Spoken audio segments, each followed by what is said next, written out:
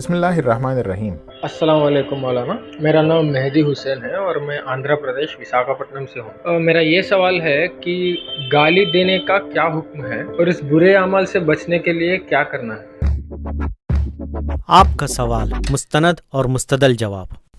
बहुत बार देखा गया है कि बाज़ लोग दोस्ती यारी में या अपने से कमज़ोर इंसान के साथ अपनी बातों में गाली का इस्तेमाल करते हैं। याद रहे, गाली देना गुनाहान कबीरा में से है और इस्लाम में इसकी शदीद मजम्मत की गई है।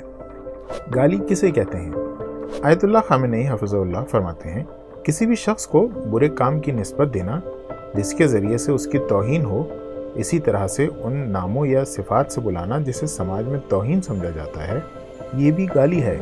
मिसाल के तौर पर किसी को गधा कहना।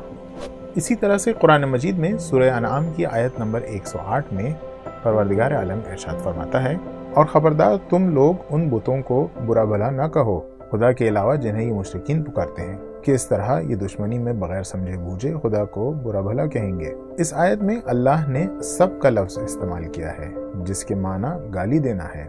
जब अल्लाह को ये पसंद नहीं है कि कोई मुसलमान किसी मिट्टी के बुत को बुरा भला कहे, तो वो कैसे पसंद करेगा कि कोई मोमिन दूसरे इंसान से गाली गलौज करे। गाली देना बड़ा जुल्म है। एक रिवायत में इमाम जाफर सादिक अलैहिस्सलाम अपने शागिर्द समा से सख्ती से सवाल करते हैं कि क्यों उन्होंने गाली दी। समा कहते हैं कि गलती उस शख्स की थी, उसने मुझ पर सितम किया था। उसके जवाब में इमाम फरमाते हैं, अगर उसने सितम किया था तो तुम उससे भी बदतर बन गए। जान लो कि ये हमारा किरदार नहीं है और हमने अपने शियों को ये तालीम नहीं दी है। गाली देने वाले पर जन्नत हराम है। एक दूसरी रिवायत में नबी करीम सल्लल्लाहु अलैहि वसल्लम फरमाते हैं, बेशक अल्लाह ने जन्नत को उस शख्स पर हराम कर दिया है जो गाली देता है, जिसे कोई परवाह नहीं कि वो क्या कह रहा है या लोग उसके बारे में क्या कह रहे हैं।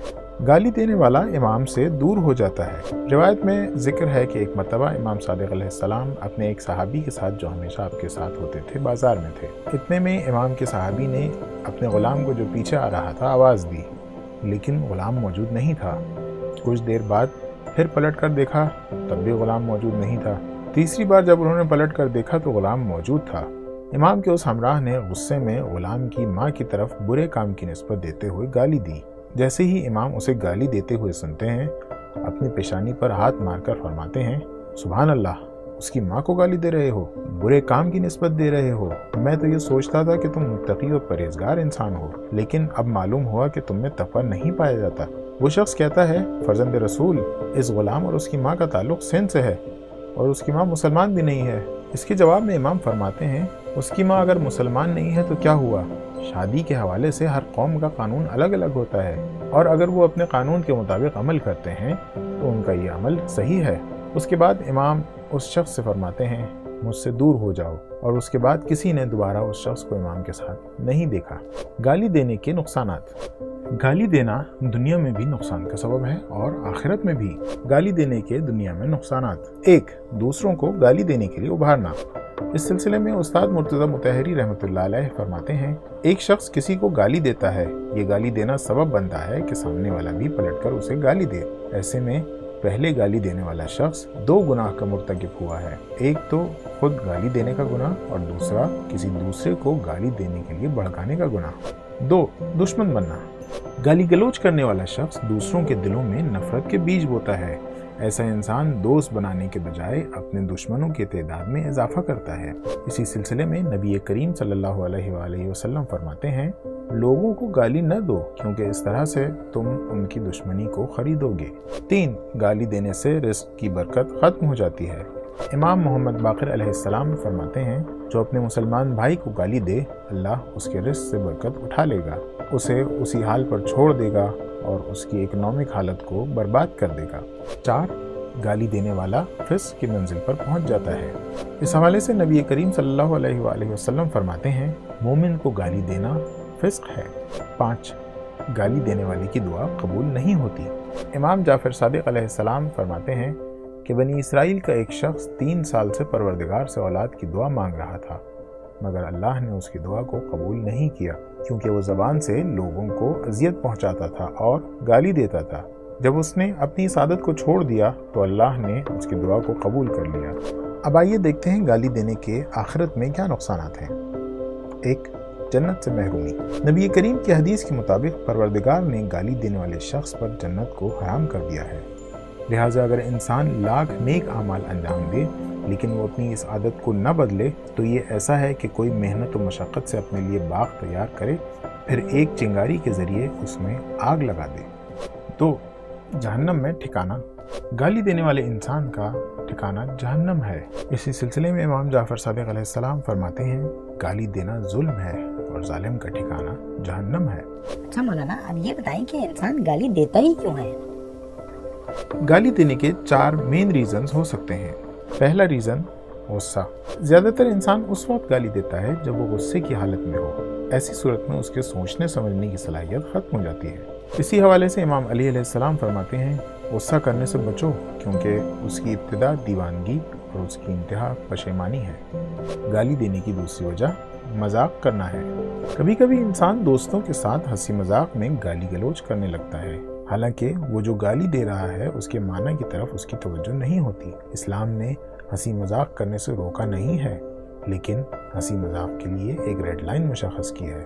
نبی کریم صلی اللہ علیہ وآلہ وسلم فرماتے ہیں میں مذاق کرتا ہوں لیکن مذاق میں حق کے سوا کچھ نہیں کہتا۔ گالی دینے کی تیسری وجہ عادت ہے۔ کبھی کبھی انسان اتنا اس بری لت میں گرفتار ہو جاتا ہے کہ اب گالی دینا اس کی ایک عادت بن جاتی ہے اور وہ بے اختیار گالی دینے لگتا ہے۔ آج کے ماحول میں گالی دینے کو ماڈرنزم کی نشانی سمجھا جاتا ہے۔ مثال کے طور پہ ایف لفظ کو استعمال کرنا یا ان جیسے الفاظ کو استعمال کرنا ماڈرن کلچر مانا جاتا ہے۔ یہاں تک کہ اب ہم دیکھتے ہیں کہ اسٹینڈ اپ کامیڈیز، فلمز اور ویب سیریز میں بھی گالیوں کے استعمال کو بڑھاوا دیا جا رہا ہے۔